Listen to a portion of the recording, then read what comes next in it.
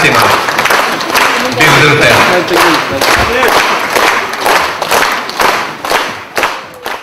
Endi har bir o'ngishni hurmatli do'stlar natijasi bo'la. Qutlov uchun so'zni birinchi hurmatli do'stlar Tatariston madaniyat ministri o'rinbosari Oyrat Ag'zam o'g'li nabiramiz Jabbarovga ham shunday Abdulla Tug'aysinning Tatar davlat filarmoniyasi direktori Qadim Nazir o'g'li Nurulinga rahmat edingiz.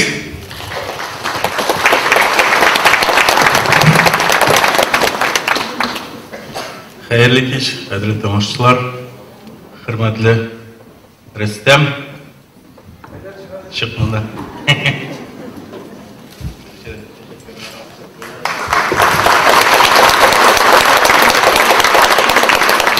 Hurmatli Rustam Sharipovich, sizni Tatariston Respublikasi madaniyat ministrligi ham shaxsan o'z ismimdan ijodiy ishchanligingizga 25 yil to'lug'idan ixlos ko'ngildan qutlayman.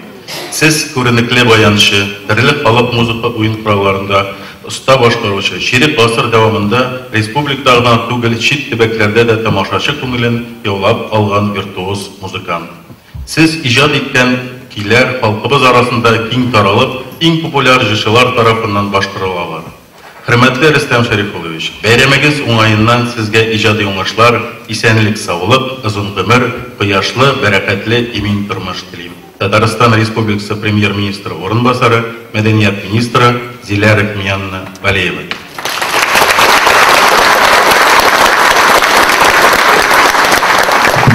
Шулай шушы сүзләргә кушылып дәвам иткән вакытта, әлбәттә бу безнең филармониябыз гына түгел, бөтен татар халкының зур бүлеге. Рөстәм Шарипович бүгенге көндә әлеге әйдәп баручы баянчыларның берсе дип әйтсәк, Россиядә ул һичшиксез арттыру булмаячак, алмазы санап киткәнчә ул унлыкта йөри һәм йөри бит бирсен.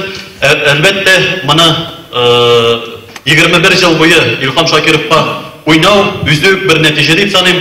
Һәм менә Татарстанда күп кенә баянчыларның шушындай матур традициясын дәвам итүе һәм безнең халкыбызга, филармониябызга шулай дан казанып, тирән иҗат уңышлары телибез үзенә һәм филармония коллективы исеменнән үзенә бик матур гына иттереп, түгәрәк кенә премия бирәбез. Рәхмәт, Айрат Агъзамович, рәхмәт, Qadim Nazirich, бик зур рәхмәт. Менә шулай, хөрмәтле дуслар, матур гына күңеллегенә башлап җибәрдек.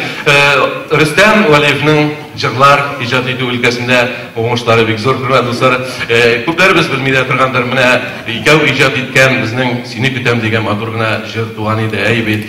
Бу җырны инде җырлап безнең Әлфис Кыямов дигән җырчыбыз бик күпләребезнең күңеленә үтеп керде. Кызганыч, ул бүгенге көннәрдә безнең арада юк. Менә шушы бәйрәмдә катнашкан булыр иде. Хөрмәтле дуслар, ләкин бу җыр үзегез беләсез, һич тә туктап кала торган җыр түгел. Ул сезнең күңелләргә ингән, безнең җырчыларыбыз, артистларыбыз тарафыннан уңышлы гына башкарылып килә икән. Инде нишләргә дә белмәгән идем, инде бу җыр шулай туктап калыр микән дип, чөнки җыр авторы үзем буларак бик тә кызганган идем, жәлләгән идем бу җырны, әмма ләкин җырлар дәвам итә.